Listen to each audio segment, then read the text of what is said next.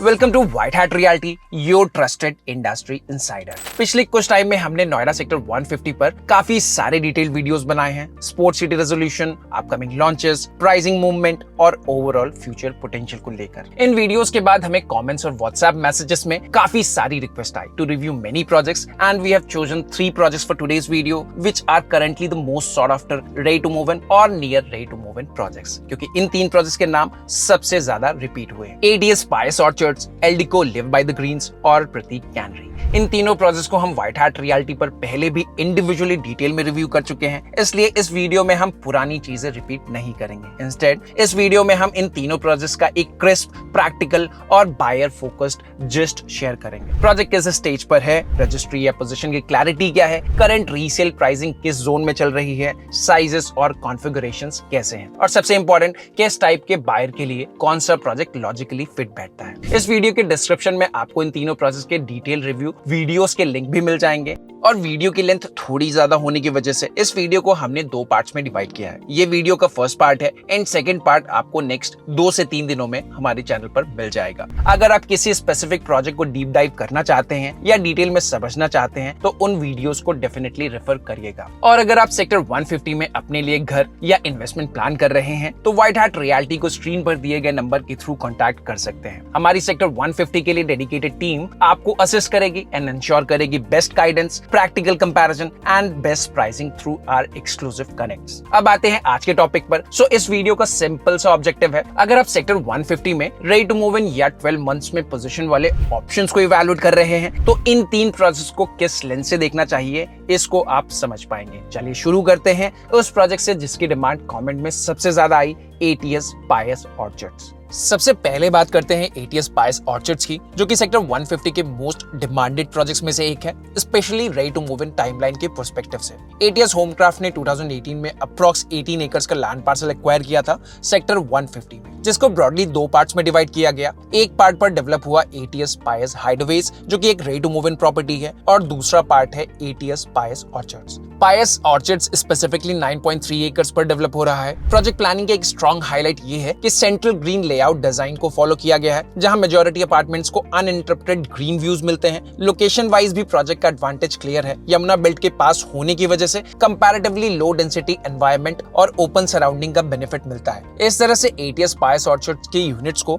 Yamuna view and green view दोनों का advantage मिल जाता है। अब अगर कॉन्फ़िगरेशंस और डेंसिटी देखें तो टोटल 10 टावर्स हैं, जिनकी हाइट G+31 से G+32 के आसपास की है। टोटल इन्वेंट्री 608 अपार्टमेंट्स पर एकड़, डेंसिटी 65 है, which is again a great advantage for this project. और यहाँ ATS होमक्राफ्ट का सिग्नेचर क्लियरली दिखता है। सिर्फ 2 यूनिट्स पर फ्लोर प्लान की गई है, जिससे एक्सक्लूसिविटी और प्राइवेसी दोनों इंप्रूव होती है। हर टावर में 3 लिफ्ट्स का प्रोविजन है, जिसका रेशियो लगभग 1:21 फैमिलीज के आसपास का आता है, which is quite efficient for a high rise building. Construction front पर डेवलपर ने माइवन टेक्नोलॉजी यूज किया है, जिससे कंस्ट्रक्शन भी आपको काफी स्मूथ मिलेगी। अब यूनिट लेवल प्लान पर आते हैं।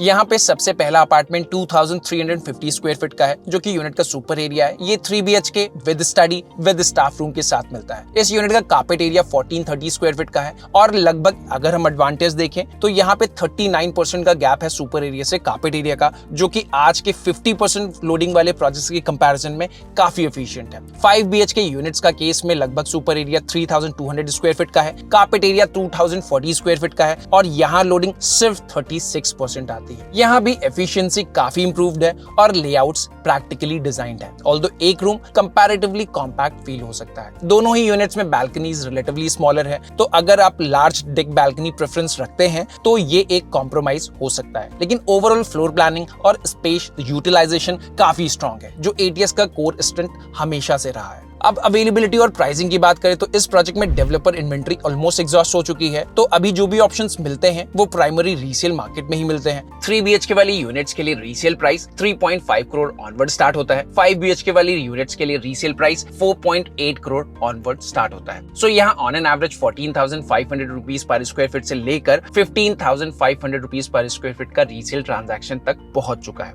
रजिस्ट्री अभी स्टार्ट नहीं हुई है, क्योंकि प्रोजेक्ट का पोजीशन अभी आना बाकी है। कुछ टावर्स के लिए पोजीशन नेक्स्ट फ्यू मंथ्स में स्टार्ट हो जाना चाहिए, लेकिन पूरे प्रोजेक्ट के लिए अभी भी 12 to 15 मंथ्स का टाइम लग सकता है। लेकिन यहाँ एक पॉजिटिव सिग्नल ये है कि अथॉरिटी ड्यूज लार्जली क्लियर है, जिससे प्रोजेक्ट को जब भी सीसी मिलेगा रजिस्ट्री प्रोसेस भी पैरेलली ओपन हो जाएगा। बहुत लोगों के माइंड में एचडीएफसी कैपिटल और एटीएस होमक्राफ्ट की पार्टनरशिप को लेकर क्लैरिटी नहीं होती कि क्या ये पार्टनरशिप अभी भी एग्जिस्ट करती है या नहीं। एक इंटरेस्टिंग फैक्ट ये है कि 2018 में एचडीएफसी कैपिटल ने पहली बार एटीएस होमक्राफ्ट के साथ कोलैबोरेट करके इस अफोर्डेबल हाउसिंग इनिशिएटिव को फंड किया था अनडिस्क्लोज्ड टर्म्स पर। नवंबर 2025 तक एटीएस होमक्राफ्ट ने अप्रोक्सीमेटली 1250 करोड़ रुपए रीपे करके एचडीएफसी को एक मेजर एग्जिट दे दिया है, लेकिन एचडीएफसी आज भी कंपनी में माइनर स्टेक के साथ एग्जिस्ट करती है और नए प्रोजेक्ट्स में project to project level funding support भी कंटिन्यू रहती है। So relationship still exist. लेकिन अब एटीएस होमक्राफ्ट का पोजीशनिंग पूरी तरह से शिफ्ट हो चुका है अफोर्डेबल या मिड इनकम हाउसिंग से प्रीमियम प्राइसिंग की तरफ, और ये प्रोजेक्ट उस ट्रांजिशन का एक क्लियर एग्जांपल है कि एटीएस ग्रीन्स पिछले कई सालों में फाइनेंशियल स्ट्रेस फेस करता रहा है। पॉजिटिव साइड ये है कि एटीएस ग्रीन्स के फाइनेंशियल्स भी अब इंप्रूव हो चुके हैं और उनके प्रोजेक्ट्स में भी कंस्ट्रक्शन स्पीड ग्रेजुअली बेटर हो रही है। Now moving to the one of the most demanded residential project in Noida sector 150, that is Eldeco live by the greens. ये एक actual ready to move project है जहां ऑक्यूपेंसी लेवल पहले ही काफी हेल्दी हो चुका है, which gives it an edge for buyers looking for immediate usability. Project के अंदर 3.5 एकड़ का एक क्रिकेट ग्राउंड है, जिसकी वजह से प्रोजेक्ट की पोजीशनिंग शुरू से ही काफी यूनिक रही है और एल्डिको ने इसे अपनी मार्केटिंग एंगल में बहुत अच्छी तरह से यूटिलाइज भी किया था। प्लानिंग और स्केल की बात करें तो टोटल लैंड पार्सल 20 एकर्स का है, open space approximately 11 acres. Sector 150 के लो एफएआर एनवायरनमेंट की वजह से यहाँ लार्ज ओपन ग्रीन्स पॉसिबल हो पाए हैं, which is usually not the case in other micro market. Project में 17 टावर्स प्लान्ड है, सभी टावर्स की हाइट G+22 हाइट के साथ में है कि ये प्रोजेक्ट का कंस्ट्रक्शन क्वालिटी सेक्टर 150 के सबसे बेस्ट प्रोजेक्ट्स में से एक है। डेंसिटी और प्लानिंग की बात करें तो अप्रोक्सीमेटली 78 यूनिट्स पर एकड़ की डेंसिटी है। नोएडा मार्केट के कंटेक्स्ट में ये लो डेंसिटी है, लेकिन सेक्टर 150 के स्टैंडर्ड्स के हिसाब से ये फेयरली एवरेज है। कॉन्फ़िगरेशंस 3 BHK की यूनिट्स में 4 यूनिट्स पर फ्लोर है, 2 BHK वाले टावर्स में 5 यूनिट्स पर फ्लोर है और दोनों ही तरह के कैटेगरी में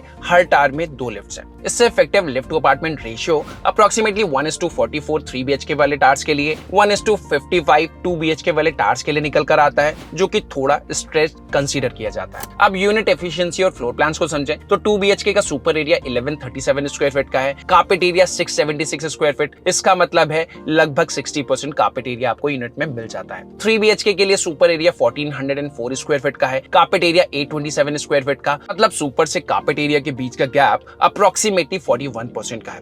एफिशिएंसी वाइज ये नंबर एक्चुअली डिसेंट है आज के 50% लोडिंग मार्केट के कंपैरिजन में। लेकिन यहाँ एक क्लियर ड्रॉबैक ये है कि फ्लोर प्लानिंग उतनी स्ट्रांग नहीं मानी जाती और ये इस प्रोजेक्ट का ओनली वीक लिंक है। Project already completely sold out है और यहाँ रीसेल की प्राइसिंग 13,500 से 14,000 rupees per square feet on an average आती है। पोजीशन डीम्ड ओसिस के बेसिस पे ऑलरेडी दिया जा चुका है एंड जल्द ही रजिस्ट्रीज भी स्टार्ट होने वाली है। तो समरी सिंपल है, अगर आप रेडी टू ओन सेगमेंट में एंट्री लेवल के 2 BHK या 3 BHK के ऑप्शंस एक्सप्लोर कर रहे हो तो Eldeco live by the green sector 150 में सबसे प्रैक्टिकल ऑप्शंस में से एक है। लेकिन अगर आप बड़े साइज के 2 BHK या 3 BHK ऑप्शंस एक्सप्लोर कर रहे हैं तो ये प्रोजेक्ट शायद आपके लिए अच्छा फिट ना हो।